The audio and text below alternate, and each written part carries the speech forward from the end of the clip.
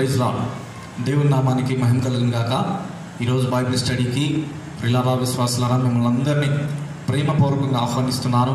కనుక దయచేసి మీ అందరూ కూడా మీ కుటుంబాలతో ఈ బైబిల్ స్టడీలో పాల్పొంది ప్రభునామాన్ని మహిమపరచాలని నేను కోరుకుంటున్నాను. దయచేసి అందరూ కూడా తల వంచండి, ప్రార్థన చేసుకుని కూడికని ప్రారంభించుకుందాం. కళ్ళు మూసుకుందాం. అందరం కూడా ఈ బైబిల్ స్టడీ అంతటా దేవుడు మనకు తోడుగా ఉండి నడిపించినట్లుగా అందరము స్తోత్రాలు చెల్లించుదాం. హల్లెలూయా. స్తోత్రం, స్తోత్రం, స్తోత్రం, స్తోత్రం, స్తోత్రం. ప్రార్థన. పరిశుద్ధుడు అయిన దేవా, ప్రేమ నమ్మకమైన తండ్రి, మీకు వందనాలు, స్తుతులు, స్తోత్రాలు చెల్లిస్తున్నాం ప్రభా. ఈరోజు ఈ బైబిల్ స్టడీనా మేమందరం కూడి మిమ్మల్ని స్తుతించడానికి ఇస్తున్న కృపను బట్టి స్తోత్రం చెల్లిస్తున్నాం. ఈ బైబిల్ స్టడీలో మీరు మాతో ఉండండి, పాటల ద్వారా మహిమపరచబడండి, వాక్యం ద్వారా మాతో మాట్లాడండి ప్రభా. ప్రత్యేకంగా ఈరోజు ప్రభాని ప్రజలందరినీ దర్శించమని ప్రార్థన చేస్తున్నాం ప్రభా. ఇక్కడ ఉన్న బిడ్డల్ని, లైవ్లో ఉన్న బిడ్డలందరినీ దీవించండి, మీ కృపతో నింపమని నాయనా. మా సంఘాన్ని అత్యధికంగా ఆశీర్వదించి నీ ప్రేమలో వర్ధిల్ల చేయండి. యేసు పరిశుద్ధ నామమున అడిగి వేడుకొని ప్రార్థన చేస్తున్నాము తండ్రి. Amen, amen. Praise Lord. మంచిది, మనం పాటలు పాడుకొని దేవుని నామాన్ని మహిమపరుచుకుందాం పిల్లారా. హల్లెలూయా. అడిగి అడిగి అడిగి అడిగా అనే పాట పాడుకుందాం. అందరికి వచ్చిన పాట, అందరం కలిసి పాడుకుందాం. అడిగి అడిగి అడిగి అడిగా ఎప్పుడు యేసయ్య వస్తాడని, అడిగి అడిగి అడిగి అడిగా ఎప్పుడు యేసయ్య వస్తాడని, సమయం ఇంకా లేదు యేసు వస్తాడని, సమయం ఇంకా లేదు యేసు వస్తాడని, కారణం నీవేగా, నేనే సిద్ధపడి ఉండాలని, కారణం నీవేగా, నేనే సిద్ధపడి ఉండాలని.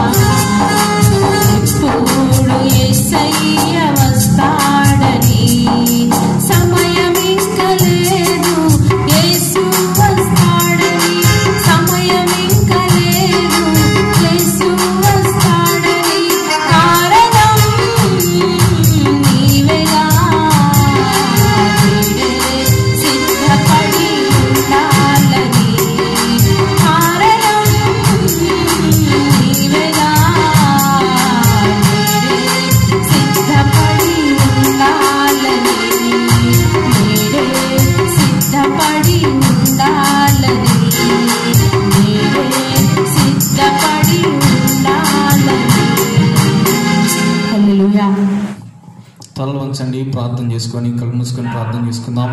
ఇంతవరకు కూడా పాటల ద్వారా మహింపరచబడ్డ ప్రభు ఈ సమయంలో దేవుడు వాక్యం ద్వారా మనతో మాట్లాడి మనం బలపరిచినట్లుగా మనందరం కూడా స్తోత్రాలు చెల్లించుదాం. హల్లెలూయా, స్తోత్రం స్తోత్రం స్తోత్రం స్తోత్రం స్తోత్రం స్తోత్రం స్తోత్రం స్తోత్రం స్తోత్రం స్తోత్రం. హల్లెలూయా, స్తుతి స్తుతి. ప్రార్థన చేసుకుందాం. దేవుడు వాక్యం ద్వారా మనతో మాట్లాడి మనం బలపరిచినట్లుగా పాస్టర్ గారు వచ్చి ప్రార్థన నడిపిస్తారు.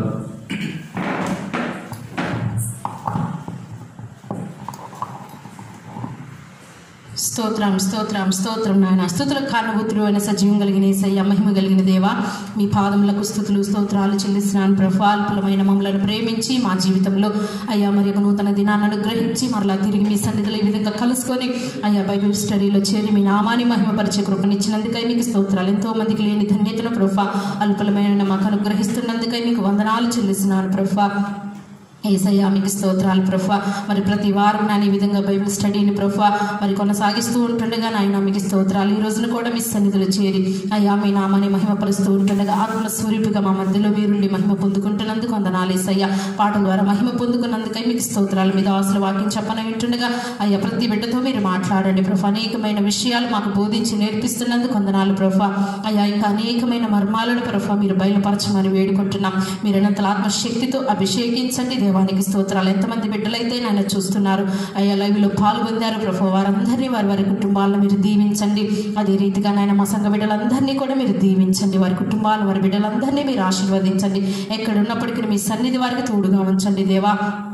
యేసయ్యా మీకు స్తోత్రాలు. ప్రతి గృహాల చుట్టూ మీకు కంచి వేయండి. ఏ నాయన వైరస్ బారిన పడకుండా ప్రభు ప్రతి ఒక్కరిని మీ రెక్కలతో కప్పమని వేడుకుంటున్నామయ్యా. యేసయ్యా మీకు స్తోత్రాలు. బలహీనులుగా ఉంటే ముట్టండి, స్వస్థపరచండి. అనేకమైన ఆర్థికపరమైన ఇబ్బందులు నాయన ఎదుర్కొంటున్న బిడ్డలకు నాయన సహాయం మీరు చేయండి దేవానికి స్తోత్రాలు. అయ్యా ఈ నాయన అంత్య దినాల అపాయకరమైన దినాల్లో జీవిస్తూ ఉంటుండగా ప్రతి ఒక్కరిని మీరు అక్కడ కొరకే సిద్ధపరచండి దేవానికి స్తోత్రాలు ప్రభు. ప్రతి ఒక్కరిని ఆత్మలో మండించండి, రగిలించండి దేవానికి స్తోత్రాలు. నీ కొరకు నాయన బ్రతికే కృపను ప్రతి ఒక్కరికి మీరు దయచండి. ఇంకా రక్షణ పొందని బిడ్డలను మీరు దర్శించండి, వారితో మాట్లాడండి, త్వరపడి రక్షణ పొందుకొని మీ కొరకు నాయన బ్రతికి కృపను దయచేయమని వాక్యం ద్వారా ప్రతి బిడ్డతో మీరు మాట్లాడి అయ్యా మీరే మహిమ పొందుకొనమని ఘనత మహిమ ప్రభావములు మీకు ఆరోపిస్తూ యేసు నామమున అడిగి వేడుకొని ప్రార్థిస్తున్నాము తండ్రి, ఆమేన్. మంచిది. ఈ సమయంలో దేవుని యొక్క వాక్యంలో నుండి మనం మత్తయి సువార్త 10వ అధ్యాయము 2వ వచనాన్ని చదువుకుందాం. మత్తయి సువార్త 10వ అధ్యాయము 2వ వచనాన్ని చదువుకుందాం.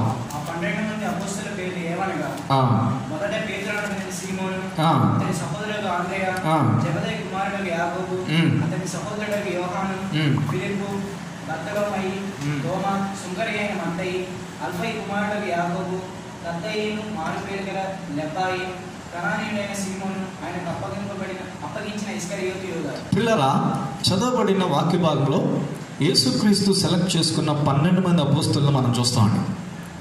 మొదట పేతురు నుండి చివర ఇస్కరియోతు యూదా వరకు కూడా ప్రభు వాళ్ళు 12 మందిని ఎన్నుకున్నాడనమాట. ఎందుకంటే యేసుక్రీస్తు 33.5 సంవత్సరాలు పరిచర్య చేసి ఈ భూలోకంలో నుండి వెళ్ళిపోయిన తర్వాత ఆయన విడిచిపెట్టిన పరిచర్యని కొనసాగించడం కొరకు, ప్రభు దగ్గర నేర్చుకున్నట కొరకు, ఆ పరిచర్యని మోసుకొని వెళ్ళుట కొరకు దేవుడి 12 మందిని ఎన్నుకున్నట్లుగా బైబిల్లో వ్రాయబడి ఉంది పిల్లారా. ఇంకా ఈ వారం నుండి కొన్ని వారాల వరకు దాదాపుగా 12 మంది అపోస్తులు ఉన్నారు కాబట్టి 12 వారాలు ఈ బైబిల్ స్టడీలో మనం అపోస్తుల యొక్క జీవిత చరిత్రను మనం గమనించుదామని, వారి యొద్ద నుండి పాఠాలు నేర్చుకోవాలని నేను కోరుకుంటున్నాను పిల్లారా. కాబట్టి ఈరోజు మొట్టమొదటి అపోస్తులుడు ఎవరంట? 10వ అధ్యాయం మత్తయి సువార్త 10వ అధ్యాయం 2వ వచనంలో ఏముంది? ఆ 12 మంది అపోస్తుల పేర్లు ఏమనగా మొదట పేతురు అనబడిన సీమోను. చాలండి. ఈరోజు ఈ వారం మనందరము కూడా పిల్లారా సీమోను పేతురు యొక్క చరిత్ర మనం తెలుసుకొని మనం ఆధ్యాత్మికంగా మేలులు పొందాలని నేను తలంచుచున్నాను పిల్లారా. కాబట్టి బైబిల్ స్టడీ రోజున మనము అపోస్తుడైన పేతురు యొక్క జీవితాన్ని మనం ధ్యానం చేద్దామండి. చూడండి, త్వరగా నాతో పాటు కొన్ని వచనాలు మీరు చదివి సహాయం చేయాలని నేను మనం చేస్తున్నాను పిల్లారా. అపోస్తుడైన పేతురు యొక్క వ్యక్తిగత జీవితం, మొదటిది వ్యక్తిగత జీవితాన్ని చూద్దాం. యోహాను సువార్త 1వ అధ్యాయం 42 ప్రకారం చదవండి. అక్కడ యోహాను సువార్త 1వ అధ్యాయం 42 ప్రకారము యేసునొద్దకు అతన్ని తోడుకొని వచ్చెను. మెస్సయ్య అన్న మాటకు అభిషేక్తుడని అర్థం. యేసు అతని వైపు చూచి నీవు యోహాను కుమారుడువైన సీమోనువు నీవు కేఫా అనబడుదువని చెప్పెను. కేఫా అను మాటకు రాయి అని అర్థం. పిల్లరా, ఇక్కడ ఈ వచనం ప్రకారం వాళ్ళ నాన్నగారి పేరు యోహాను. ఓకేనా, యోహాను. అదేవిధంగా ఈయనకి 3 పేర్లు ఉన్నట్లుగా మనం చూస్తున్నాం. మొట్టమొదటి పేరు ఏంటంటే పిల్లరా, సీమోను. ఇది ఇక్కడ చూసాం కదా, సీమోను అని అర్థం. సీమోను అనమాట. ఇక్కడ మనం 42వ వచనంలో గమనించినప్పుడు యేసు అతని వైపు చూసి నీవు యోహాను కుమారుడు అయిన సీమోనువి. పిల్లరా, కాబట్టి మొట్టమొదటి పేతురు పేరేంటంటే, అసలు పేరేంటంటే సీమోను. సీమోన్ అంటే అర్థం ఏంటి అంటే రెల్లు. రెల్లు అంటే ఎగిరిపోయేది, చెత్త. కాబట్టి యేసు ప్రభు దగ్గరికి ఎవరు వచ్చారు అంటే చెత్త అని అర్థమించే పేతురు సీమోను వచ్చాడు అనమాట. అప్పుడు సీమోను వైపు చూసి సీమోనుతో దేవుడు ఏమంటాడు తెలుసా? చూడండి అక్కడ, నీవు కుమారుడు అయిన సీమోను నీవు కేఫా అనబడుదువు. కేఫా అంటే అర్థం ఏంటి? రాయి అనబడుదువు. దేవునికి స్తోత్రం కలుగును గాక. అంటే యేసు ప్రభు రెల్లుని దేనిగా మార్చాడు? కేఫాగా మార్చాడు, రాయిగా మార్చాడు. పిల్లరా, కేఫా అనేది గ్రీకు పదం అనమాట. అంటే రాయి అనే దానికి గ్రీకు పదం అనమాట.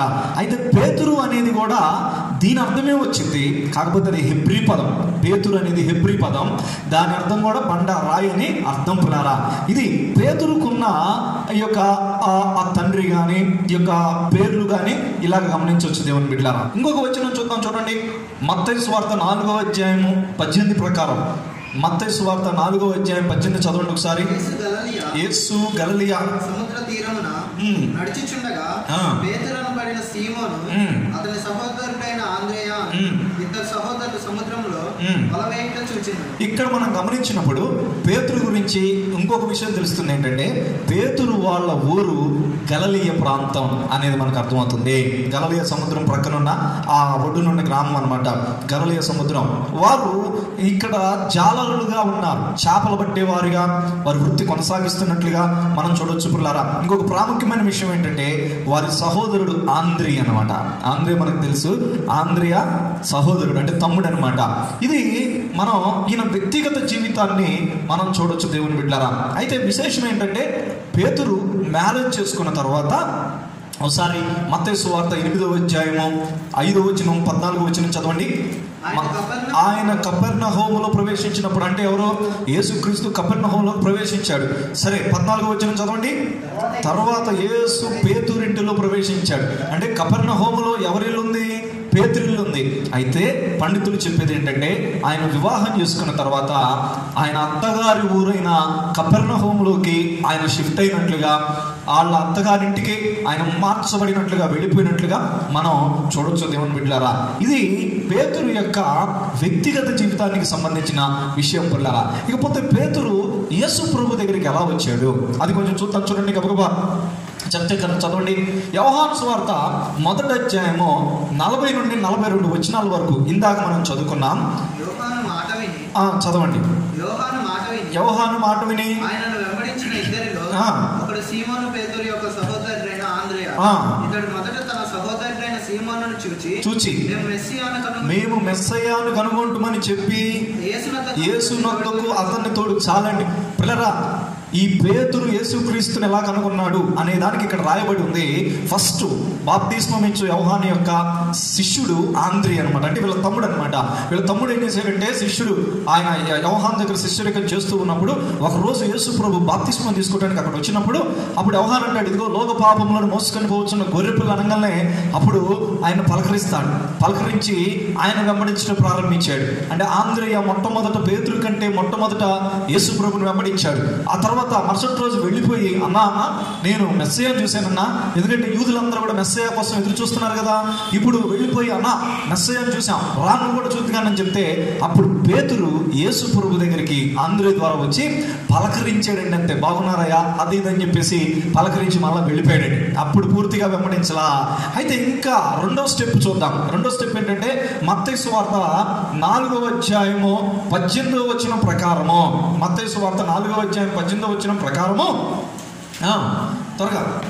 యేసు గలిలయ సముద్ర తీరమున నడిచిచుండగా యేసు గలిలయ సముద్ర తీరం నడుచుండగా సీమోను అతని సహోదరులైన ఆంద్రెయ అనే ఇద్దరు సహోదరులు సముద్రంలో వల వేయట చూచెను.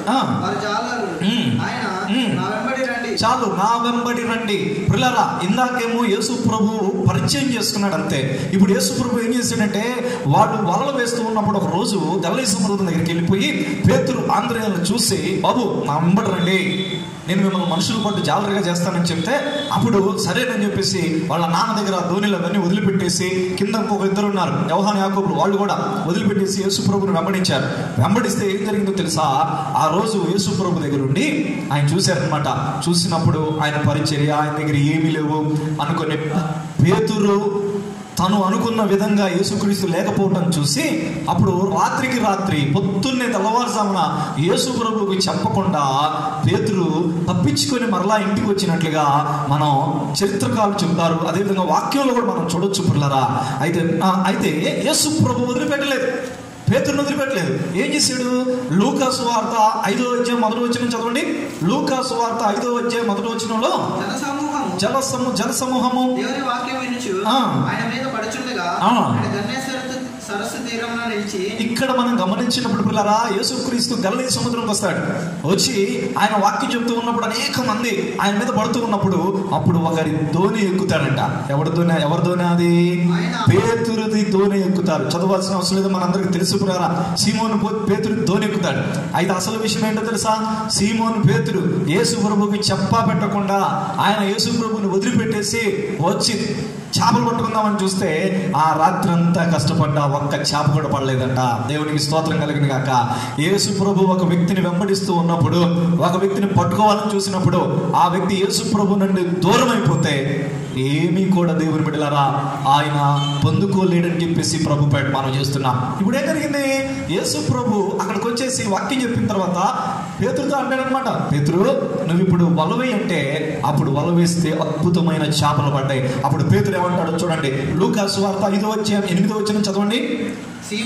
సీమోను పేతురు అది చూచి యేసు మోకాళ్ళ ఎదుట సాకిల పడి, ప్రభువా నన్ను విడిచి పొమ్ము, నేను పాపాత్ముడనని చెప్పాను. ఏమంటే ఎందుకని పేతురు అక్కడ ప్రభువా నన్ను విడిచిపో, నేను పాపాత్ముడని చెప్తున్నాడు అంటే, గత రాత్రి లేకపోతే అంతకు ముందు రాత్రి పేతురు ఏం చేశాడో తెలుసా?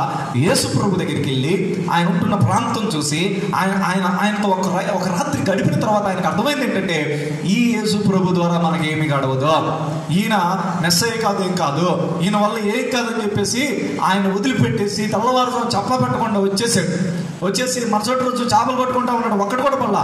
కానీ యేసు ప్రభు అయినప్పటికీ కూడా పేతురుని ప్రేమించి యేసు ప్రభు పేతురు దగ్గరికి వచ్చేసి అనేక చేపలు ఇచ్చాడు.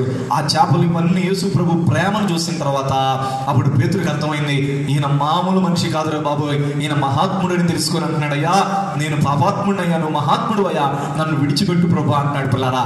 అప్పుడు పేతురు సంపూర్ణమైన మారు మనసు పొంది, కింద చదవండి 11వ వచనం చదవండి. వారు దోణెలను దరికి చేర్చి సమస్తమును విడిచిపెట్టి ఆయనను వెంబడించిరి. దేవునికి స్తోత్రం కలుగును గాక. హల్లెలూయా. మొదట పరిచయం చేసుకున్నాడు. ఇక పరిచయం చేసుకున్న తర్వాత యేసు ప్రభు వదిలిపెట్టలా. అంటే యేసు ప్రభువుకి తెలుసు పిల్లరా. రెండవసారి వచ్చినప్పుడు పిలిచినప్పుడు వచ్చి అలా వెళ్ళిపోయాడు పిల్లరా. కానీ మూడోసారి ఒక అద్భుతం చేశాడు. పేతురుని ప్రేమించాడు దేవుని బిడ్డలారా. పేతురు కూడా ఫ్లాట్ అయిపోయాడు. పేతురు కూడా దేవునికి లొంగిపోయాడు. నిజంగా దేవుణ్ణి అప్పటి నుండి సమస్తం విడిచిపెట్టి ప్రభుని వెంబడించినట్లుగా మనం చూస్తున్నాం. దేవునికి అందరూ స్తోత్రం చెల్లించండి. హల్లెలూయా. పిల్లరా చూసారా, ప్రభు ఎంత గొప్ప దేవుడు.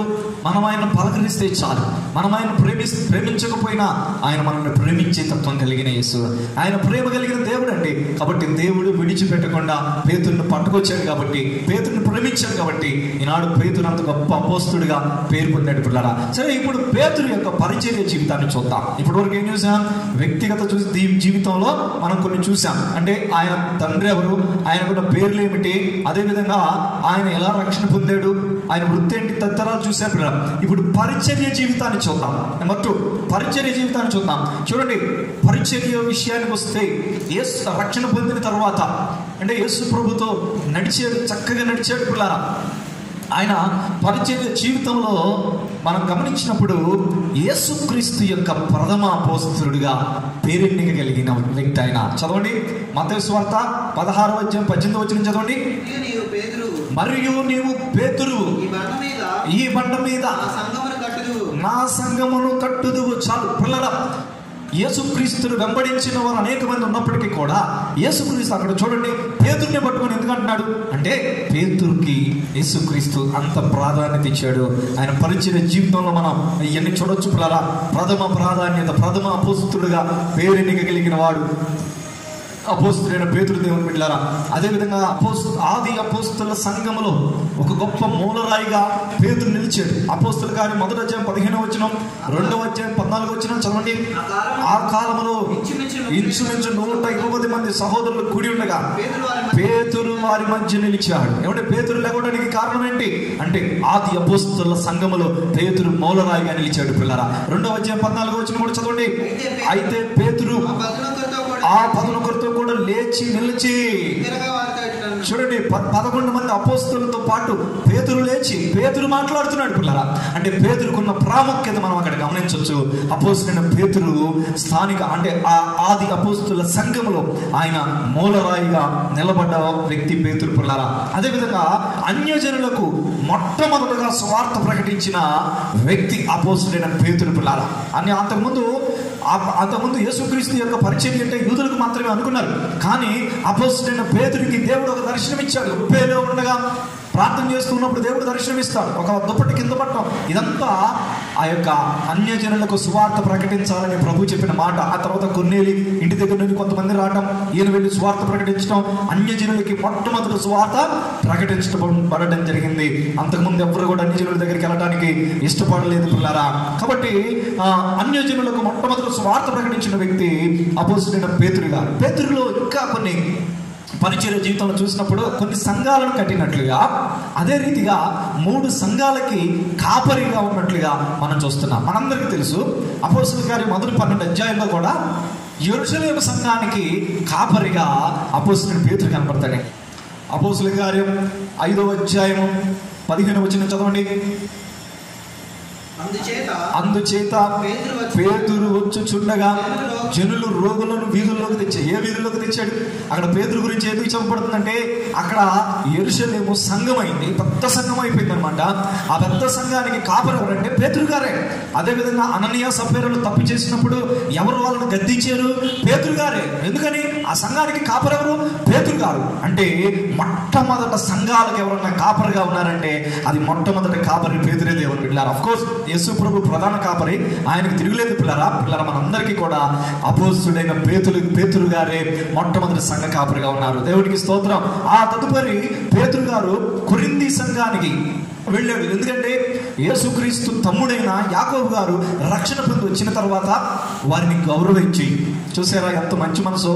ఎందుకంటే యేసుక్రీస్తు తమ్ముడు కాబట్టి ఆయనకి ప్రథమ ప్రాధాన్యత ఇచ్చేసి ఆ యాకోబు గారికి యెరూషలేము సంఘపు బాధ్యతలు అప్పచెప్పి, అంటే యేసుక్రీస్తుని బట్టి యాకోబు ఆయన తమ్ముడైన యాకోబుని గౌరవించి ఆ సంఘ బాధ్యతలు, ఎందుకంటే యెరూషలేము అంటే ప్రాముఖ్యమైనది కాబట్టి ఆ సంఘ బాధ్యతలు ఆయనకు అప్పచెప్పేసి ఈయన ఎక్కడికి వెళ్ళాడంటే కొరింథీ సంఘానికి కొంతకాలం, జస్ట్ కొద్ది కాలం సంఘ కాపరిగా చేసినట్లుగా చరిత్రకారులు చెప్తారు పిల్ల. ఆ తదుపరి కొరింథీ సంఘానికి ఎక్కువ కాలం చేయలేదు, కానీ ఆ తదుపరి పూర్తిగా రోమాకి తరలి వెళ్ళిపోయినట్లుగా మనం గమనించవచ్చు. అంటే రోమాలో సంఘం ఆల్రెడీ ప్రారంభమైంది. ఆ పెంతెకొస్తు దినం రోజున ఈయన ప్రసంగం విని కొంతమంది రక్షణ పొందిన వారు రోమాకి వెళ్ళిపోయి అక్కడ సంఘాలు ప్రారంభించుకున్నాడు. వారి దగ్గరికి పేతురు గారు వెళ్ళి సంఘ కాపరిగా ఉన్నట్లుగా మనం గమనించవచ్చు పిల్లారా. అక్కడ చివరి వరకు కూడా ఆ వాటికన్ అనే ప్రాంతంలో, రోమా యొక్క ప్రావిన్స్లో, రోమా సామ్రాజ్యంలో, లేకపోతే రోమా ప్రాంతంలో వాటికన్ అనే ప్రాంతంలో ఆయన రోమా సంఘానికి కాపరిగా ఉండి కడ వరకు కూడా అక్కడ బ్రతికినట్లుగా, పరిచయం చేసినట్లుగా చరిత్రకారులు చెప్తారు పిల్లరా. మరి ఈయన యొక్క మరణాన్ని మనం గమనించినప్పుడు పిల్లరా ఇంకొకటి కూడా మనం చూడవచ్చు. ఏంటంటే ఈయన అనేక ఆత్మలను ప్రభు యొద్దకు నడిపించిన యోధుడండి. కొన్ని వాక్యాలు మనం గమనించినప్పుడు అపోస్తుల కార్యం 2:41 చదవండి. అపోస్తుల కార్యం 2:41 చదవండి. కాబట్టి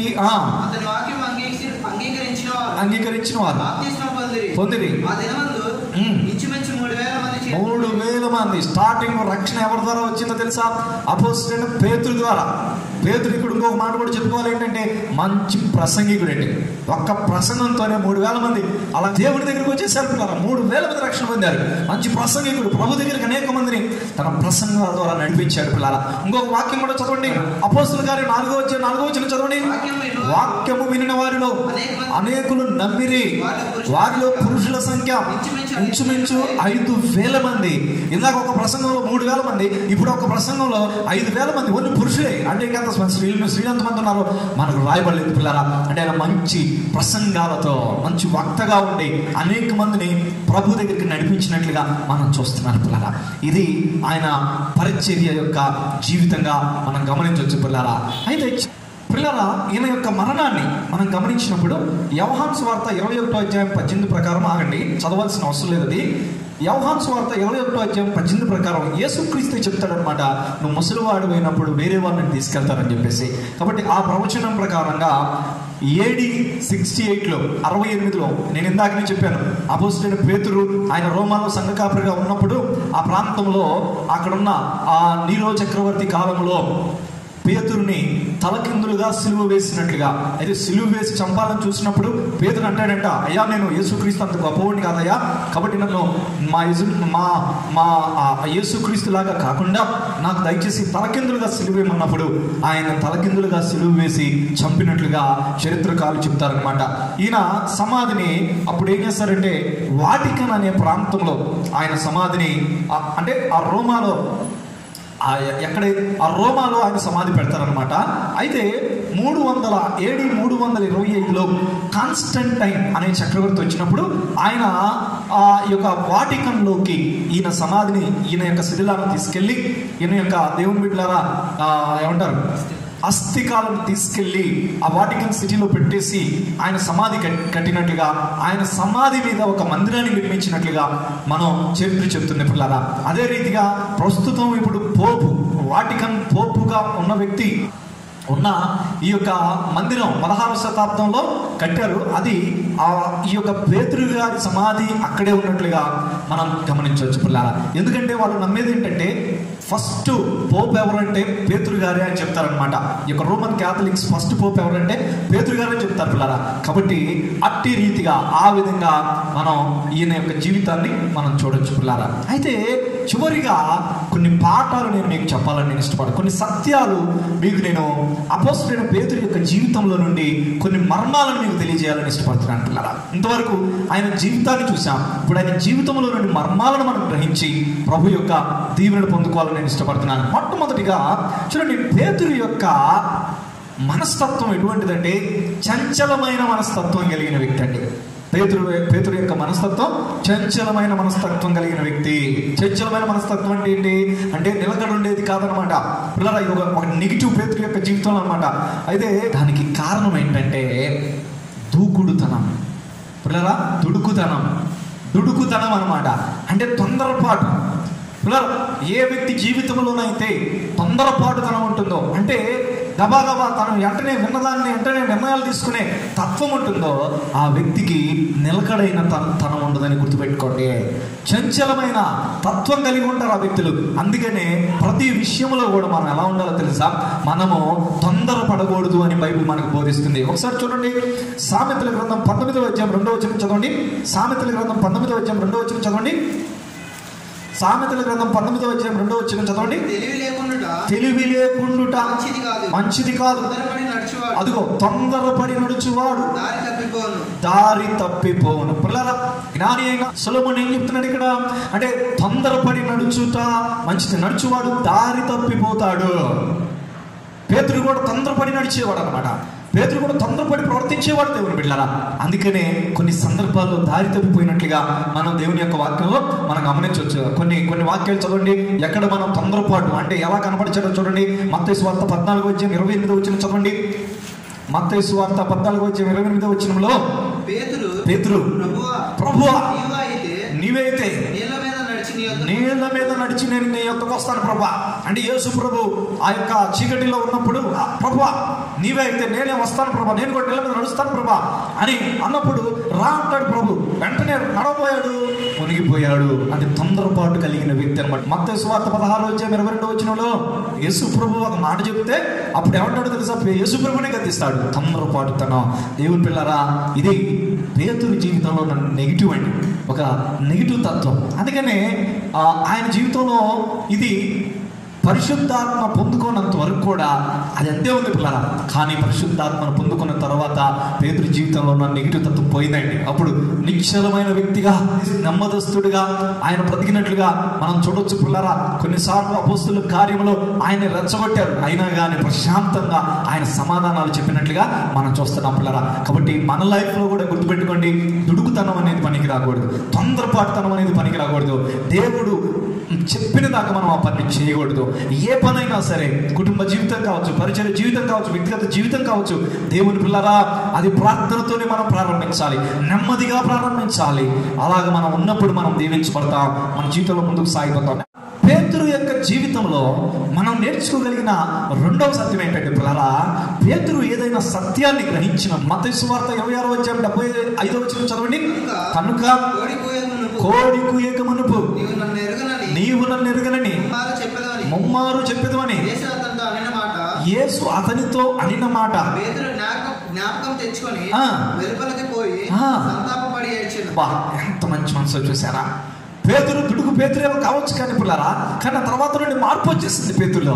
పేతురు సత్యాన్ని గ్రహించినప్పుడు, ఎవరైనా ఏదైనా మంచి చెప్పినప్పుడు యేసుప్రభు అంటాడు, యేసుప్రభు దగ్గరకు వచ్చేసి ప్రభా నీకు దూరమో కాక అంటే అప్పుడు ప్రభు అంటాడు అనమాట, నువ్వు ముమ్మారు కోడి కూయక ముందు ముమ్మారు నువ్వు అబద్ధం ఆడతావని చెప్తావు, నన్ను ఎవరికైనా చెప్తావంటే అప్పుడు అది గమనించాల పేతురు. అప్పుడు అది పేతురికి అర్థం కాలేదు పిల్లరా.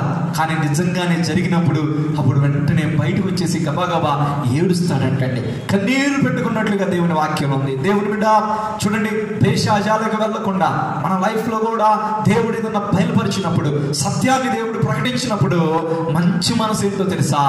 మంచి మనసు ఏంటంటే బైబిల్ చెప్తుంది పిల్లరా. చూడండి, మనం దేవుని వాక్యంలో ఒక చక్కని మాట ఉందండి. ఏంటంట? సామెతల గ్రంథం 21:29 చదవండి. భక్తిహీనుడు తన ముఖమును మార్చుకుంటాడు, యథార్థవంతుడు తన ప్రవర్తనను చక్కపరుచుకుంటాడు. అబ్బా ఎంత చక్కని మాట పిల్లరా. భక్తిహీనులకి ఏమన్నా చెప్పామనుకోండి, భక్తి లేని వారికి, ప్రార్థన లేని వారికి, విశ్వాసం లేని వారికి ఏమన్నా చెప్పామనుకోండి, వారు దేవుని బిడ్డరా ముఖం మార్చుకుంటారనమాట. వీడు వాకి చెప్పొచ్చారా బాబు అని చెప్పేసి. కానీ యథార్థంగా ప్రవర్తించేవాడు, దేవుని బిడ్డలందరూ కూడా ఎలా ఉంటారో తెలుసా? తమ ప్రవర్తనను చక్కపరుచుకుంటారంటే అండి. పేతురు అదే కోవకు చెందినవాడు. అందుకనే దేవుడు పేతురుని హెచ్చించాడు పిల్లరా. ఈరోజు నీవు నేను కూడా ఈ బైబిల్ స్టడీలో గుర్తుపెట్టుకోండి, మనందరం గ్రహించవలసిన విషయం ఏంటో తెలుసా? దేవుడు మాట్లాడినప్పుడు మనము మారుమనసు పొందాలి. దేవుడు మనల్ని సరిదిద్దినప్పుడు, మనం మన ప్రవర్తన మార్చుకున్నప్పుడు అంచెలంచెలుగా మనం హెచ్చించబడతాము. దేవునికి స్తోత్రం. ఇంకొకటి కూడా పేతురులో మనం సత్యాన్ని గ్రహించవచ్చు. ఏంటంటే అపోస్తుల కార్యం 3:1 కానీ 6:4 కానీ మనం గమనించినప్పుడు ఆయన మంచి ప్రార్థనా పరుడండి. చదవండి, అపోస్తుల కార్యం 3:1 చదవండి. పగలు 3 గంటలకు ప్రార్థనా కాలమున పేతురును యోహానును. చాలు. అపోస్తుల కార్యం 6:4 కూడా చదవండి. అయితే మేము ప్రార్థన యందును వాక్య పరిచర్య యందును ఎడతెగక ఉందుమని చెప్పాను. పిల్లరా, ఈ వాక్యాలు ఇంకా కొన్ని వాక్యాలు ఉన్నాయి, సమయం లేదు కాబట్టి చదివించలేకపోతున్నాం. ఈ వాక్యాలు మనం గమనించినప్పుడు పేతురు యొక్క జీవితంలో మనం గమనించవచ్చు. పేతురు బలమైన ప్రార్థన యోధుడు. ఆమేన్. మనం కూడా బలమైన ప్రార్థన యోధులుగా ఉన్నప్పుడు పేతురును వాడుకున్నట్లుగా ప్రభు మనల్ని వాడుకుంటాడు పిల్లరా. నిజంగా ఆ యొక్క మనం దేవుని పిల్లరా పేతురు యొక్క పరిచర్యలో మనం గమనించినప్పుడు చూడండి, పేతురు ఎంత అద్భుతమైన పరిచర్య చేస్తాడు. ఒకసారి అపోస్తుల కార్యం 5:13 చదవండి. అపోస్తుల కార్యం 5:13 చదవండి. కడమ వారిలో ఎవరితో కలుసుకున్నట్టు తెగించలేదంటే పేతురుతో, లేకపోతే అపోస్తులతో కలుసుకున్నట్టు తెగించలేదు. ప్రజలు వారిని గణపరచుచుండిరి.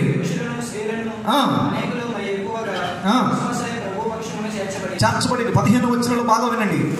అందుచేత పేతురు వచ్చుచుండగా జనులు రోగులను వీధుల్లోనికి తెచ్చి వారిలో ఎవరి మీదైనా అతని నీడ అయినను పడవలనని మంచముల మీద, పరుపుల మీద. ఏమండి గమనించండి, పేతురు అలా వెళ్ళిపోతూ ఉన్నప్పుడు, ఎవరి పేతురు? ఒకప్పుడు యేసుప్రభుని అరగని చెప్పిన పేతురు అండి. కానీ పరిశుద్ధాత్మను పొందుకున్న తర్వాత, నిశ్చలమైన మనసును కలిగిన తర్వాత, ప్రార్థనా శక్తిని అలవరుచుకున్న తర్వాత, ప్రార్థనాత్మను అలవరుచుకున్న తర్వాత, ఇప్పుడు పేతురు రోడ్ల బట్టి వెళ్ళిపోతుంటేనంట, రోడ్ల బట్టి చచ్చిపోయిన వాళ్ళని తీసుకొచ్చేవాళ్ళంట, రోగులను తీసుకొచ్చేవాళ్ళంట, లేచేవాళ్ళంట. అందరూ స్తోత్రం చెల్లించండి. హల్లెలూయా. అపోస్తలుల కార్యం 9వ అధ్యాయంలో మనం చూస్తాం, తబితా అనే ఒక యవనరాలు చనిపోతే ఆ తబితాని పేతురు ప్రార్థన ద్వారా లేపాడండి. స్తోత్రం. ఇంత శక్తి ఎక్కడి నుంచి వచ్చింది? ఇంత బలమైన అభిషేకం పేతురు మీదకి ఎక్కడి నుంచి వచ్చింది అంటే, పేతురు ప్రార్థనాపరుడై ఉన్నాడు. దేవుని బిడ్డలారా, విశ్వాసులారా, అభిమానులారా, గుర్తుపెట్టుకోండి. ఒకవేళ ఈ వర్తమానం సేవకులు చూస్తుంటే, సేవకులారా, మీ పరిచర్యలో అద్భుతాలు జరగాలంటే, మీ పరిచర్యలో గొప్ప కార్యాలు జరగాలంటే నీకు ప్రార్థనా శక్తి అవసరమైనది గుర్తుపెట్టుకోండి. వీళ్ళంట ప్రార్థనలో ఉన్నారంట, క్రమం తప్పకుండా ప్రార్థనలో 3 గంటలకు ప్రార్థనకి వెళ్ళిపోయారంట. అదేవిధంగా డైలీ ప్రార్థన చేస్తున్నారంట. ఇటువంటి ప్రార్థన విశ్వాసికి అవసరమైనది. సాతాను జయించాలంటే ఒక వ్యక్తి ప్రార్థనాపరుడు అవ్వాలి, పరిచర్యలో అభిషేకం కలిగి ఉండాలి. పిల్లరా, ప్రార్థన ద్వారా ఇది సాధ్యమైందని ప్రభుపేట మనం చేస్తున్నాం. చివరిగా పేతురు ద్వారా మనం నేర్చుకోవాల్సిన శ్రేష్టమైన విషయం ఏంటంటే, పిల్లరా, దేవుని కొరకు గొప్ప వైరాగ్యం కలిగి బ్రతికి జీవించిన వ్యక్తి అపోస్తలుడైన పేతురు. వైరాగ్యం అంటే రోషం. చూడండి, అపోస్తలుల కార్యం 4వ అధ్యాయము 17వ వచనం. ఇది ప్రజల్లో ఇంకా వ్యాపింపకుండుటకై ఇక మీదట ఈ నామమును బట్టి ఏ మనిషితోనైనా కాదు. 4వ అధ్యాయం 18వ వచనం చదవండి. అప్పుడు వారిని పిలిపించి, మీరు యేసు నామమును బట్టి ఎంత మాత్రమును మాట్లాడకూడదు, బోధింపకూడదని వారికి ఆజ్ఞాపించి, అందుకు పేతురును యోహానును వారిని చూచి, దేవుని మాట వినుట కంటే మీ మాట వినుట దేవుని దృష్టికి న్యాయమా? ఇది వైరాగ్యం అంటే. వాళ్ళని కొట్టి చంపేయాలని చూశారు పిల్లరా. మీరు ప్రభు మాటలు చెప్పకూడదు, మిమ్మల్ని చంపేస్తామంటే వారిలో ఉన్న వైరాగ్యం చూడండి, పేతురులో ఉన్న వైరాగ్యం చదవండి. చూడండి పిల్లరా, వాళ్ళు అన్నాడు, దేవుని మాట వినటం న్యాయమా, మీ మాట వినటం న్యాయమా?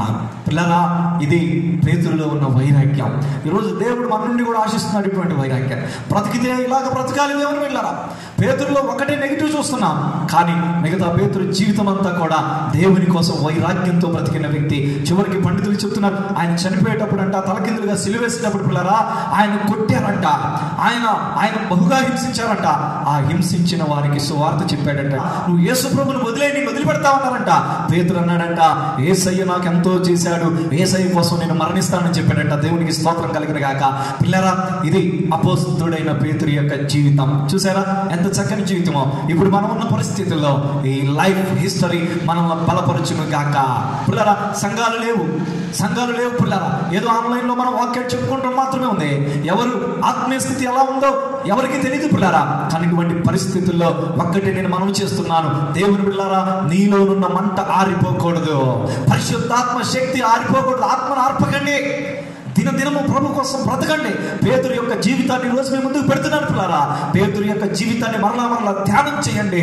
పేతురు వలె ప్రార్థన జీవితం, పేతురు వలె పశ్చాత్తాప జీవితం, పేతురు వలె వైరాగ్యం కలిగిన జీవితం, పేతురు వలె దేవుని బిడ్డలారా ఆ దేవుని కొరకు బ్రతికే జీవితం మనం కలిగి ఈ లోకంలో మనం ముందుకు సాగిపోదాం. దేవుడు అటువంటి కృప మీ అందరికీ అనుగ్రహించును కాక. ఆమె తల వంచండి, ప్రార్థన చేసుకుందాం. కళ్ళు మూసుకుని దేవుని బిడ్డలారా, ఈరోజు దేవుడు మనతో మాట్లాడుతూ ఉండగా మనం సమర్పించుకుందాం. పేతురు యొక్క జీవితాన్ని ఈరోజు ప్రభు మన ముందుకు తీసుకొస్తున్నాడు పిల్లారా. పేతురు చక్కని జీవితం కలిగి ఉన్నాడు. ఇటువంటి జీవితాన్ని మనం కలిగి ఉందామా? ఈరోజు పిల్లల దేవుడు మాట్లాడుతూ ఉండగా మనం సమర్పించుకుందాం. దేవుడు పేతురు లాంటి వ్యక్తిత్వాన్ని, జీవితాన్ని మనకి ఇచ్చినట్లుగా అందరం స్తోత్రాలు చెల్లించుదాం. హల్లెలూయా. స్తోత్రం స్తోత్రం స్తోత్రం స్తోత్రం స్తోత్రం. ప్రార్థన చేసుకుందాం. ప్రార్థన. పరిశుద్ధుడు అయిన దేవా, ప్రేమ కలిగిన తండ్రి, మీకు వందనాలు చెల్లిస్తున్నాం ప్రభా. ఈరోజు బైబిల్ స్టడీలో ప్రభా పేతురు యొక్క జీవితాన్ని మాకు తెలియజేసినందుకు మీకు స్తోత్రములు చెల్లిస్తున్నాం ప్రభా.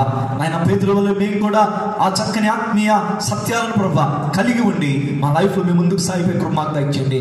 బైబిల్ స్టడీలో పాల్గొందిన బిడ్డలందరినీ కూడా మీరు దీవించమని ప్రార్థన చేస్తున్నాం. వారి వ్యక్తిగత ఆత్మీయ జీవితాలని నింపండి ప్రభా, అభిషేకంతో నింపండి ప్రభా. ఈ కరోనా కాలంలో ప్రభా అయా నీలో బ్రతకాలి, నీలో బలంగా ఉండాలి. అటువంటి కృప ఇప్పుడు మా సంఘస్థులందరికీ, అదేవిధంగా లైవ్ చూస్తున్న పిల్లలందరికీ దయచేయమని ప్రార్థన చేస్తున్నా ప్రభా. మా సంఘస్థులు ప్రత్యేకంగా దీవించండి, ఆయుర్వేదాలతో నింపండి, ఏ సమస్య లేకుండా చేయండి ప్రభా. ఎవరికి కరోనా రాకుండా చేయండి ప్రభా. ఈ లైవ్ చూస్తున్న ప్రేక్షకులందరినీ కూడా దీవించి చల్లగా చూడమని ప్రార్థన చేస్తున్నాం ప్రభా. నాయన ఈ కరోనా వైరస్ వెళ్ళిపోవాలయ్యా. అయ్యా రేపటి మేము అందరం కూడా ఆరాధనలో పెట్టుకోవాలి ప్రభా. అటువంటి కృప దయచేయండి ప్రభా. అయ్యా మీ సన్నిధి మాకు ఇవ్వండి. ఈరోజు ఈ బైబిల్ స్టడీలో మాతో ఉన్నందుకు స్తోత్రములు చెల్లిస్తూ మీ సన్నిధి మని వచ్చేవారు మరలా ఇంకొక అపోస్తలుల గురించి ధ్యానించుకునే కృప మాకు దయచేయమని మా కొరకు త్వరలో రాని యేసు పరిశుద్ధ నామమున అడుగుచున్నాం తండ్రి, ఆమేన్. మన పరమ తండ్రి అయిన దేవుని ప్రేమ, కుమారుడైన యేసుక్రీస్తు వారి కృప, పరిశుద్ధాత్మ కన్యని సహవాసం, కాపుదల సన్నిధి దీవెన కూడిన ప్రతి బిడ్డకు లైవ్లో ఉన్న బిడ్డలకి సదా తోడై నిలిచును గాక. Amen, amen, amen. Praise Lord. దేవుని నామానికి మహిమ కలుగును గాక. ప్రభు మిమ్మల్ని అందరినీ దీవించును గాక. ఆమేన్. God bless you.